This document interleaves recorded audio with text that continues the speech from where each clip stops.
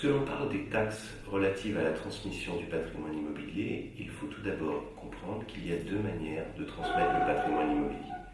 La manière du vivant de la personne, c'est-à-dire au terme d'une donation, la manière au décès de la personne, c'est-à-dire par succession. Si l'on souhaite faire une donation de son vivant, il faut comprendre qu'il y a à la fois des droits d'enregistrement à acquitter, qui sont normalement de 6% s'il n'y a aucun lien de parenté entre celui qui donne, le donateur, et celui qui reçoit, le donataire.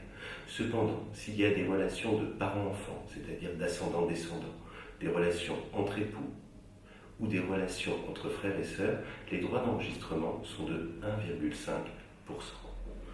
Lorsque l'on souhaite faire inscrire la donation sur le titre foncier, car lorsque le bien est titré à la conservation foncière, il faut impérativement faire inscrire la donation pour que le donataire soit enfin propriétaire. Il faut savoir qu'il y aura des droits de conservation foncière qui sont de 1,5% à acquitter. Quand il s'agit de transmission pour cause de mort, c'est-à-dire que la personne qui transmet son patrimoine est décédée, il s'agit d'une succession. Cette succession donne lieu à différentes taxes. Tout d'abord, l'acte enregistrant l'acte de succession est de 200 dirhams au service de l'enregistrement. Simplement, lorsqu'il s'agit de faire un inventaire, cet inventaire donne droit à des droits d'enregistrement de 1,5%.